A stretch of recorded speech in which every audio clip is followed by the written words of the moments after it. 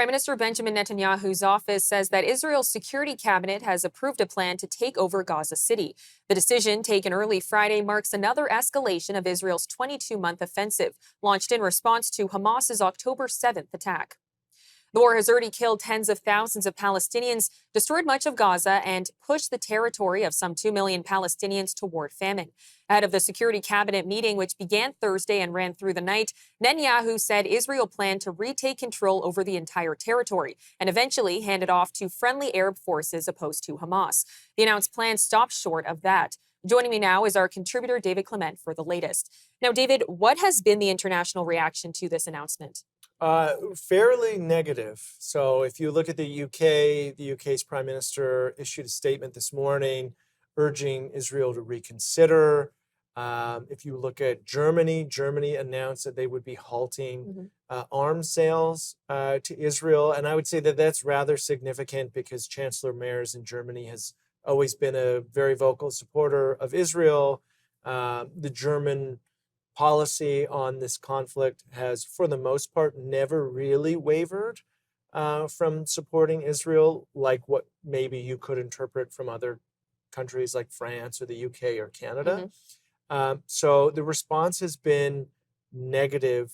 I think largely seeing it as something that will ultimately make the conflict or tensions in the region worse.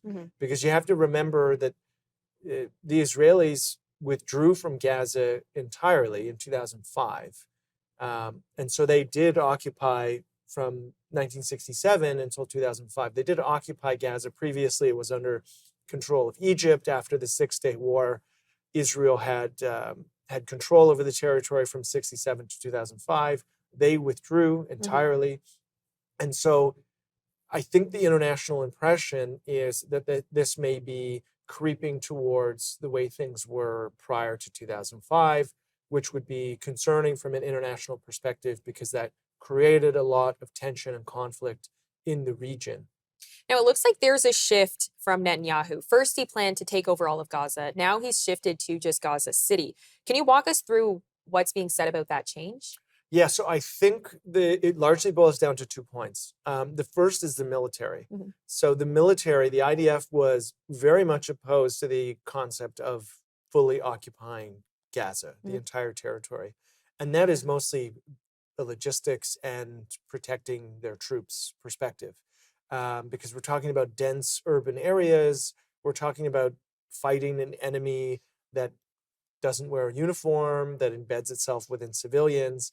And so if you're going to deploy thousands and thousands and thousands of troops to occupy the entirety of the territory, you put the IDF at a significant amount of risk. And it risks significantly increasing IDF casualties in the process.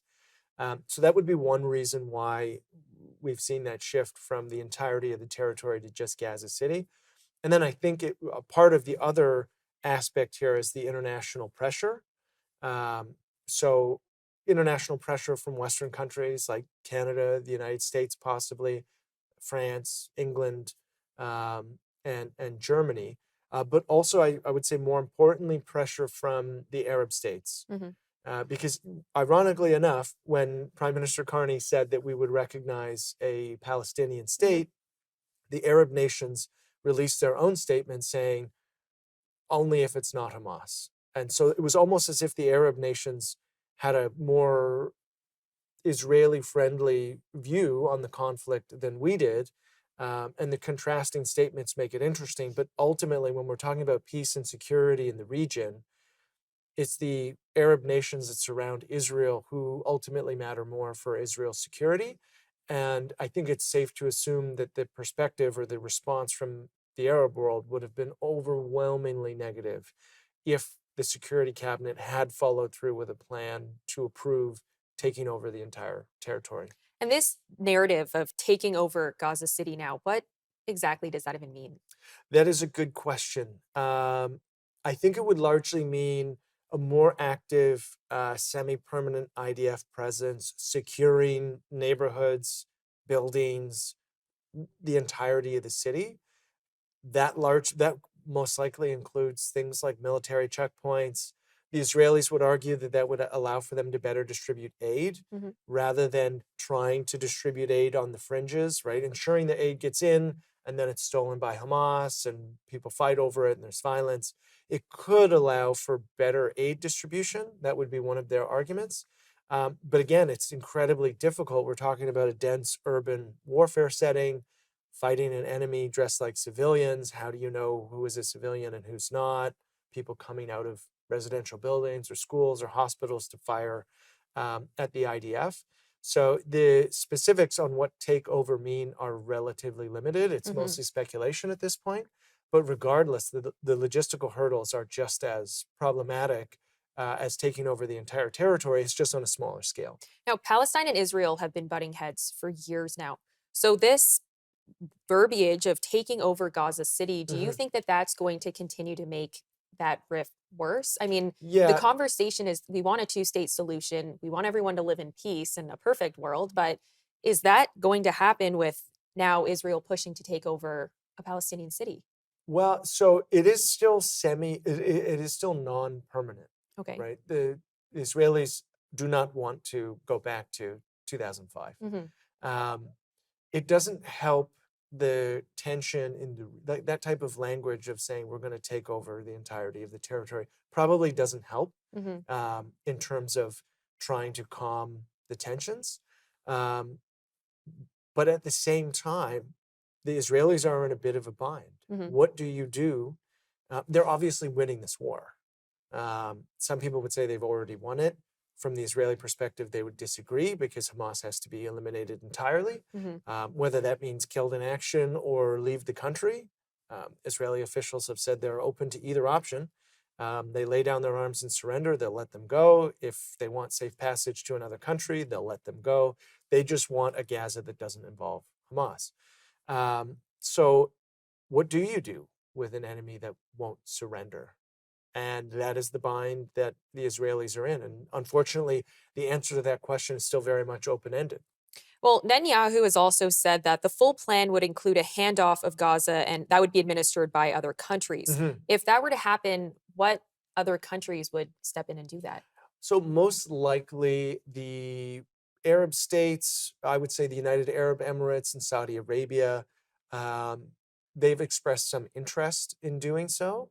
And generally speaking, they probably have the capital to actually administer it in a way that focuses on rebuilding. Mhm. So, in the same way that the Allies with the Marshall Plan rebuilt Europe after it was demolished, whatever happens after this war, um, if there is no Hamas, is going to require some sort of capital intensive rebuild effort with the international community. And so it's most likely the Saudi Arabians and the Emiratis who shoulder that. You could probably see the Jordanians, maybe the Egyptians, but they seem less likely. I think for the Egyptians, actually both for the Egyptians and the Jordanians, they would see a very hard line that Hamas cannot remain because they have their own domestic political considerations. In Egypt, for example, the Muslim Brotherhood, who funds in many ways Hamas,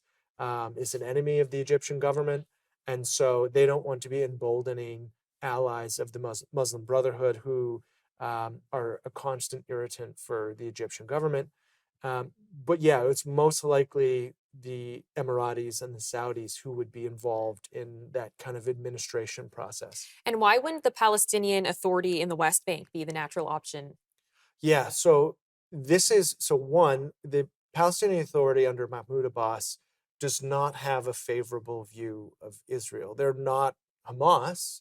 They didn't do October 7th, Mhm. but they still have a variety of really uncomfortable policies, things like compensating people who kill Israelis and things like that. So, from the Israeli perspective, they don't want the PA involved at all because although they're not from the Israeli view and my view as well, they're not as evil as Hamas. They're certainly not um, an honest broker in terms of partnership.